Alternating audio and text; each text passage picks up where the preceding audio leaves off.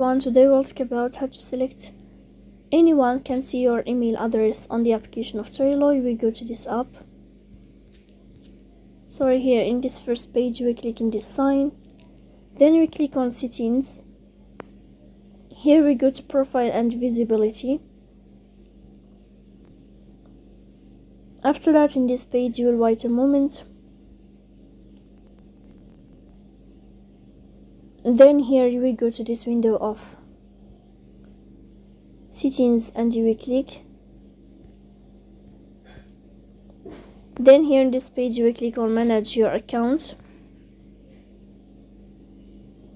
Then in this page, as you see,